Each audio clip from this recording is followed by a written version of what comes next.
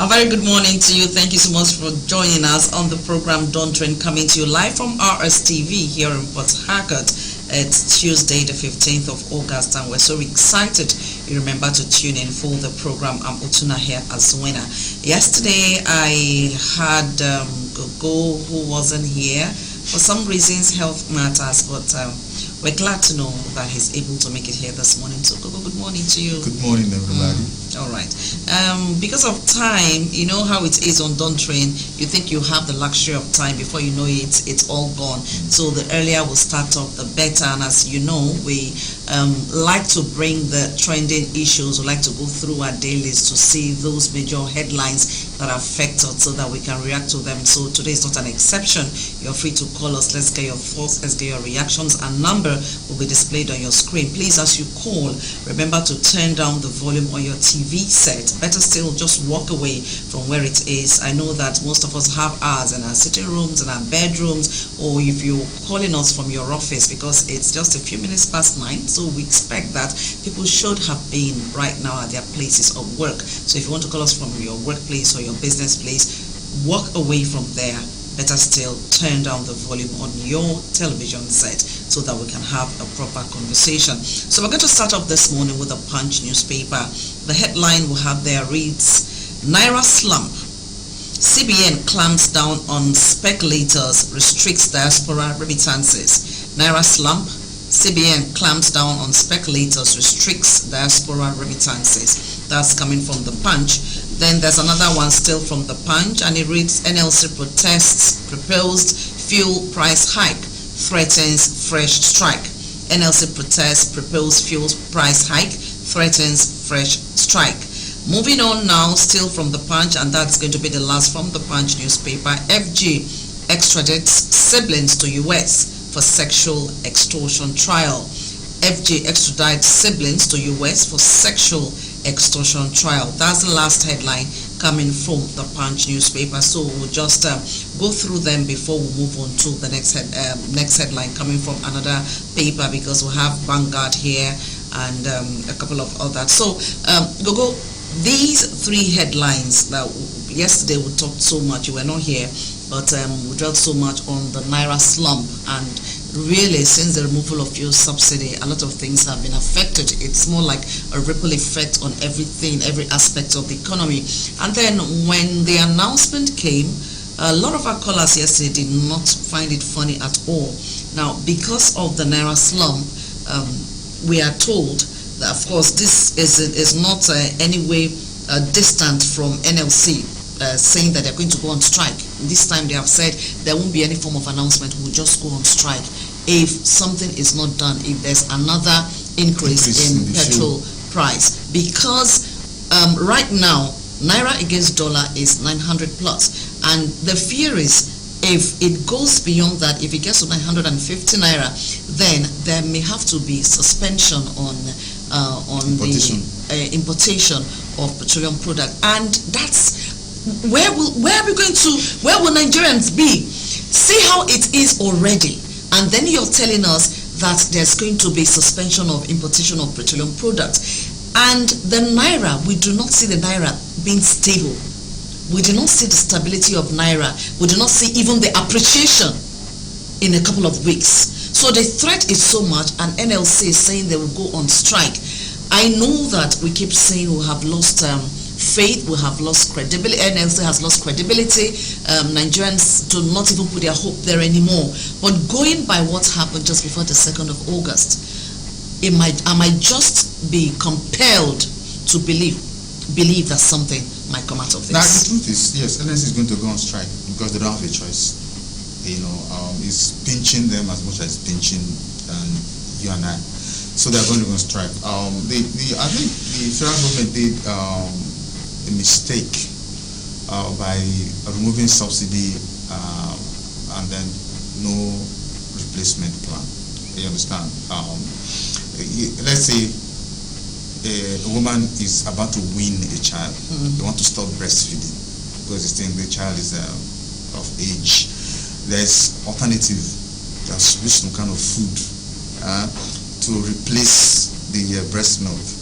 in our own case, there was no there was no alternative. You know, it was a hasty announcement. Yes, so you just remove the breast milk, and then you say, bros, from now on you're your own.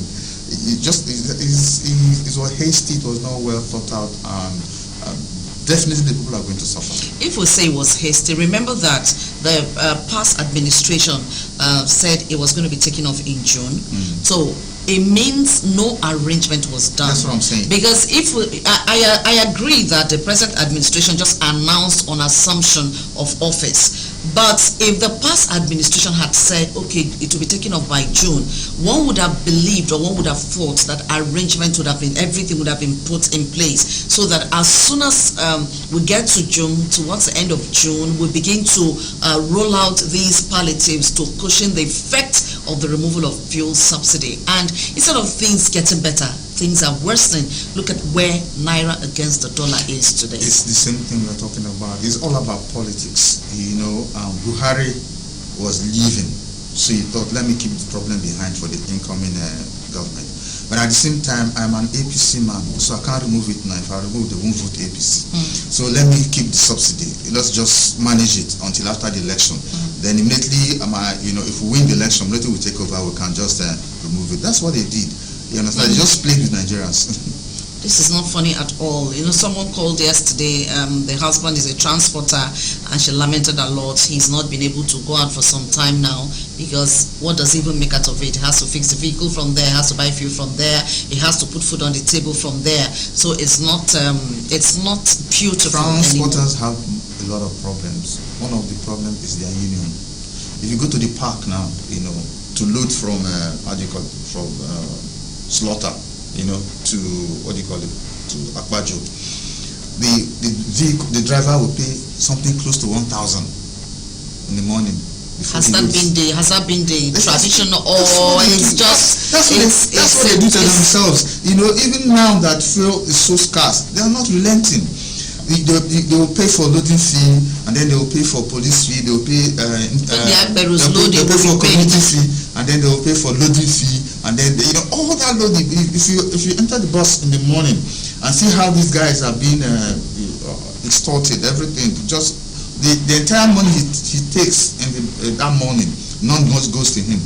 All goes to this pay and everything. So I asked them, you are supposed to be a union, right? You know, National Union of Road Transport Workers. Why are you so mean to yourselves?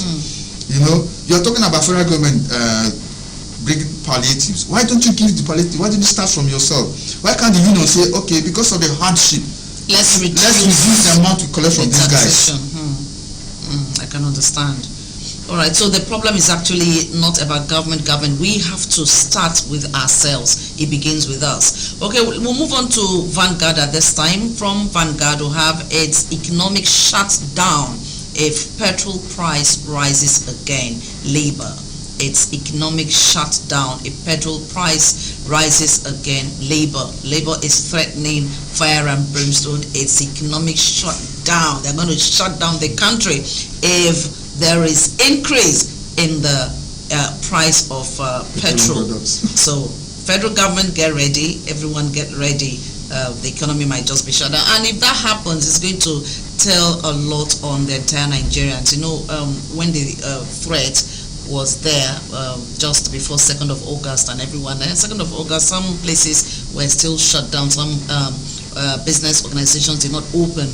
And we know how it affected a lot of things. And if NLC is threatening to shut down the country, shut down the economy, it means a lot of things will go down. We do not expect that our government will just sit and then fold their arms and say this happened.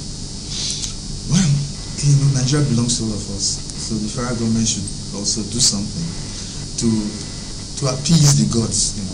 This time around, us were the gods, you know. They should look for a way to solve this problem. You know, there's time and place for everything. You don't just remove subsidy just like that. And then the other day we heard that as the National Assembly are going on holidays and they're giving them 2 million to to go and play with their girlfriends. And then you offered 8,000 naira to Nigerian families. Nigerian families, 8,000 per month. And then these guys are just going to each person 2 million just to play for the holidays. For the holidays. Just imagine, it's just crazy. We're in this country together. Those people who earn the highest in the country, you are giving them more. And those who earn next to nothing, you are taking even the little. Who are just asking for their 3 square meals. They're not asking for so much. And then these guys do the work. I mean, who does the work? It's us. It's the NLC, the worker on the street. You know, in the offices. They are the guys that do the work. And you don't want to listen to them. I mean, it's not fair. Okay, we'll go on to the next headline now. After this, phone line will be thrown open. Our number will be displayed on your screen so that you can call us. We're still reading out from the Vanguard newspaper. The headline we have here says, Delta, Ondo, Sokoto, 16 others to experience flooding in August. NEMA. Delta, Ondo, Sokoto, 16 others to experience flooding in August. NEMA. You know, we usually wait until something happens. Nigeria has been suffering flooding for a long time. We do not want to talk about the one that happened in 2010. We do not want to talk about the one last year. But if something happens once, you don't need to wait for it to happen before you begin to prepare. Of course, we got, there was this, was it by NIMET? Was this now the forecast by NIMET that this year there's going to be flooding in several states. Now, most people are relaxed and just hoping that it will not happen and waiting. When it finally happens, they start running. Our government is not proactive because this report came up, was it in February, January? February was when NIMET gave this forecast. I don't know how prepared our government is. We do not want the same thing that happened in 2010 to repeat itself. We do not want what happened last year. And good a thing, the River State House of Assembly has been doing a lot with the local government areas. The chairman that were the chairman for the local government areas that were mentioned could experience flooding. They've been doing a lot to see how they can actually cushion the effect. When I saw that, I was impressed because usually they just wait until something happens and then everybody starts sending relief materials when it's already out of hand. And it's a good one. Kudos to them. But for the rest of the state, something should be done. Bayelsa State right now, was it last week or 2 weeks back, their governor was complaining about the flooding in that area. And it is not a good thing. We just keep waiting. We are in the coastal region. And so those in the coastal, okay, the ones that are not even in the coastal region are suffering it.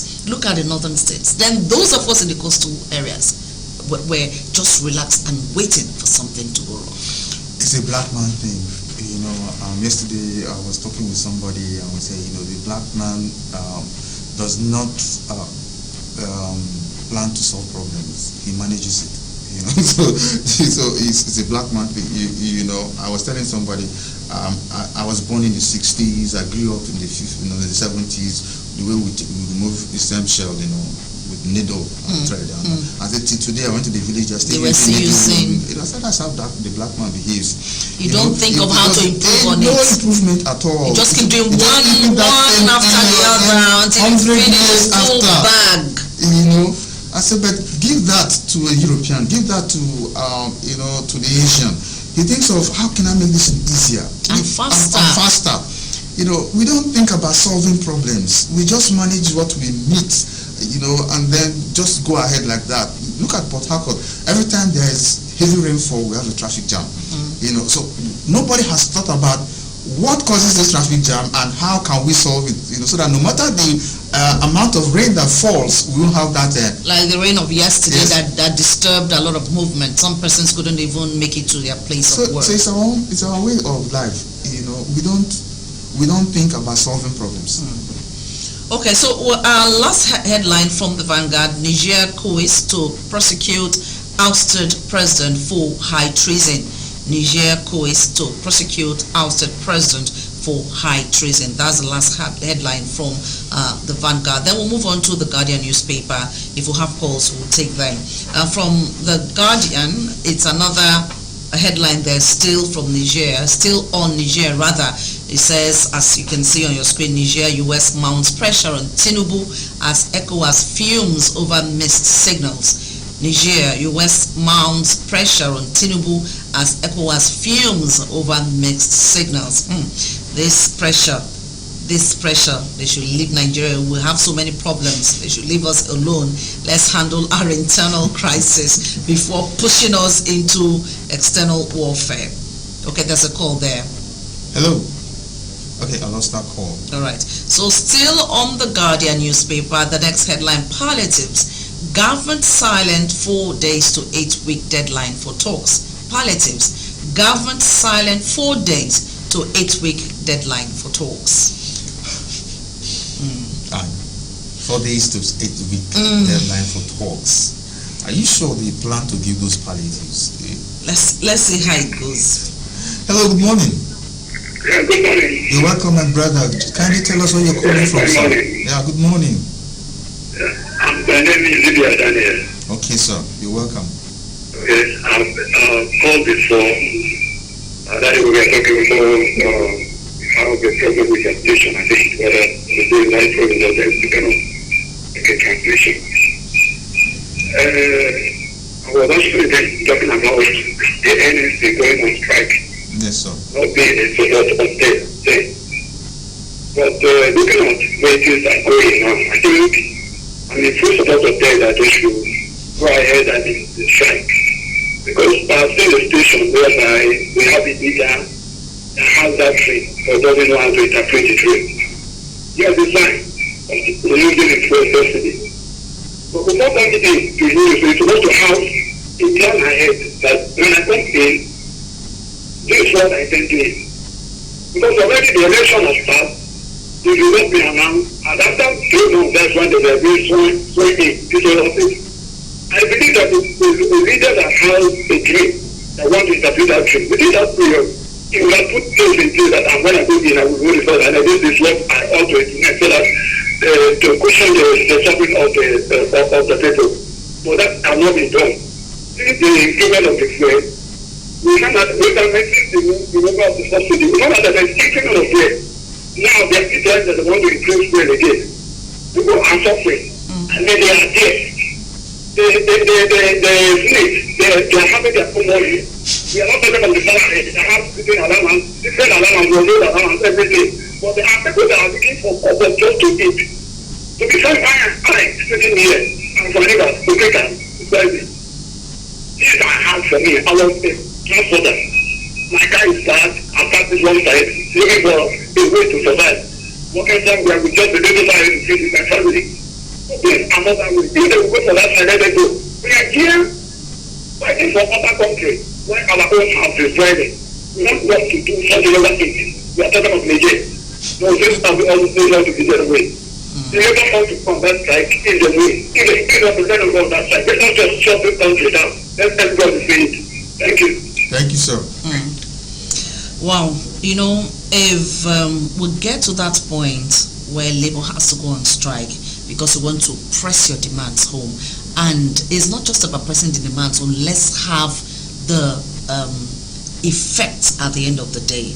Let's have the result.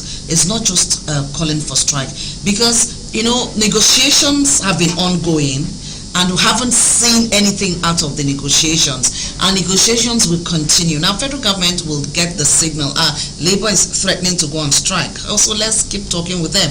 They met with the president. Who would have expected that? Because they met with the CEO, it would have come up with immediately something would have been done, because that's usually what happens. You meet with the middleman, okay, hold on, we'll talk with the Oga and all that, but this one you're meeting Oga himself.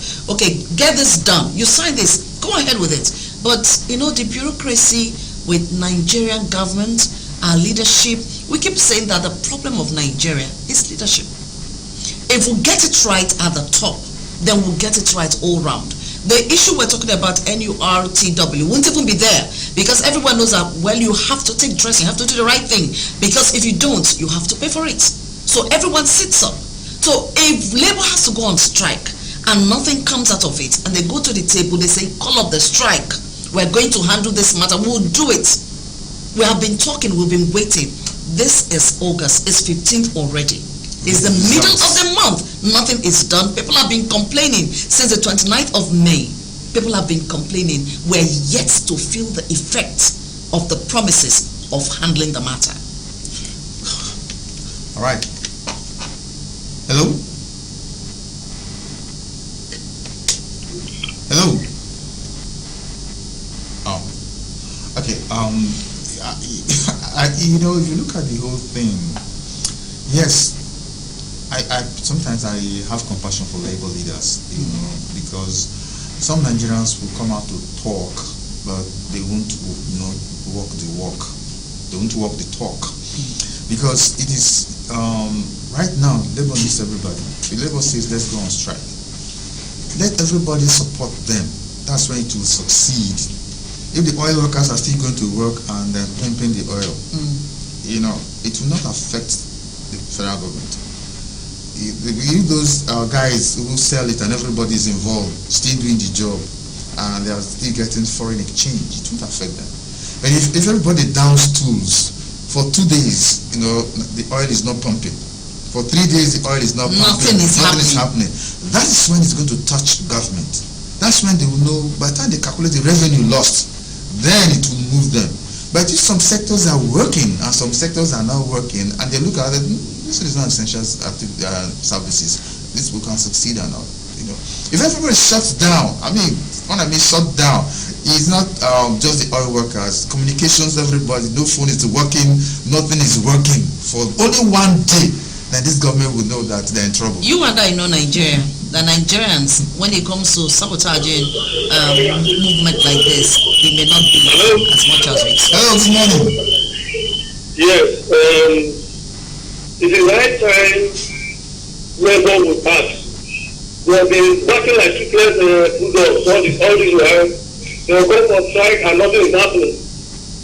The federal government, they're there. Senators are there sharing money. It's high time we hit the street. Our refineries must work. The government will build more refineries. We're getting revenues from the removal of oil subsidy. This money should be channeled to production of crude. We don't need to import crude.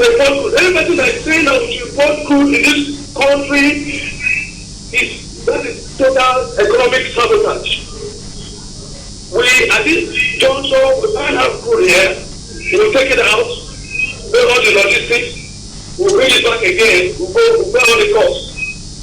The byproduct from this particular crude oil, we should maximize it. We should produce and export. So any senator, any person in government that doesn't want this to work, then I don't know what to say. I don't know the kind of economic practice in this country. What is our comparative cost and advantage? Why are they coming to behaving as if we are only different in this country? It's high time we tell them the truth. It's high time the government will wake up, because what is happening in Nigeria may happen in Nigeria soon if they don't take time. All right, thanks for calling, sir. Are you a quest? Please don't present yourself to start explaining. Don't give room to start explaining. All right. So much on NLC and labor. There's a headline. We had taken it. Our time is nearly up now. From the Punch newspaper. The one on FG extraditing siblings to US for sexual extortion trial. Gogo, I don't know what's happening. I don't know who is putting pressure on our young ones. You just see a very young person that ordinarily you expect should be an undergraduate, and the person has his own car, not bought by his parents. In fact, if you see the parents, they can't even buy a bicycle. But here is this youngster, is driving a big car.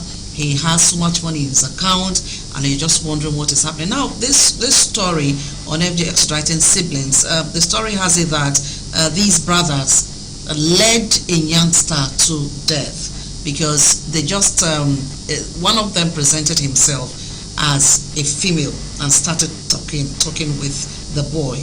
So at the point they asked him to send his nudes, and he did.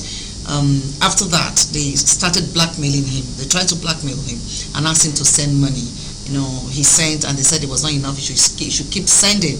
And the boy didn't have money. I said, if you just continue asking me for money, I'm going to kill me. They said, yes, if you don't do it, we'll help you do it. We'll do it faster. And the boy couldn't take the shame of having his nudes there in the public. He committed suicide. So people have been thinking of going out of the country to look for greener pasture, and these ones are being packaged to go and face trial in the US. I think our young ones need to learn that you do not have to be like the next person. The pressure they're putting on themselves is too much. The pressure is too much. I'm looking at it from that angle, because they want to drive the best of cars, they want to use the latest phone, and you are working, you consider the bills to pay in the home before you think of going to buy the latest iPhone. What do you make out of this? I think it's part of the problem. Yesterday we were talking about that in a taxi that I was in, and the pressure actually, like you said, is self-inflicted. You are what are you competing? What do you want to impress? Who are you competing with? You understand? And you begin to look at, and it follows from the society. Actually, our society, our values have changed. We used to value honesty. We used to value, hard work. We used to value, a whole lot of diligence and all that. But today, those values have changed. Our value, we only value material success. We don't care the process. In those days, the process was important, but today, the process is no more important. All we're looking at is the end product. And so, until we go back to examining the process, how this happened, that's when our country will be better for everybody. It's quite sad, truly, that our young ones would have to go through this. So let the two siblings, Samuel and Samson Ogoshi, face it. Let them go to the US, face the matter. If they land in jail, they should enjoy their stay in jail. After all, for you to have the mind to do that, you've been wanting to have millions, spend millions, and give people the impression that you're a tech guru. It is time to enjoy the benefits of claiming to be one. All right, that's that for today on the program Don't Train. We'd like to thank you so much for calling. I know that a lot of persons are trying to reach us, but for time constraint, we can't take more calls. And Gogo, I don't know if there's anything you're going to say apart from telling people to be happy. Don't let the issues make you unhappy. Just try to do it. But it's not easy being happy in times like this. Seriously, it's not easy when the cost of gari is high, the cost of rice is high. You cannot buy your tomatoes. Things are expensive. It is not easy being happy this period. But we'll just try as much as we can. Just be happy. We'll just try. We're optimistic that Nigeria will be a better place for all of us. Thank you so much for watching. Let's do this Thursday morning, God willing. Tomorrow is Wednesday, so the social media gang, those things that have been happening on the socials. I'm Utuna here.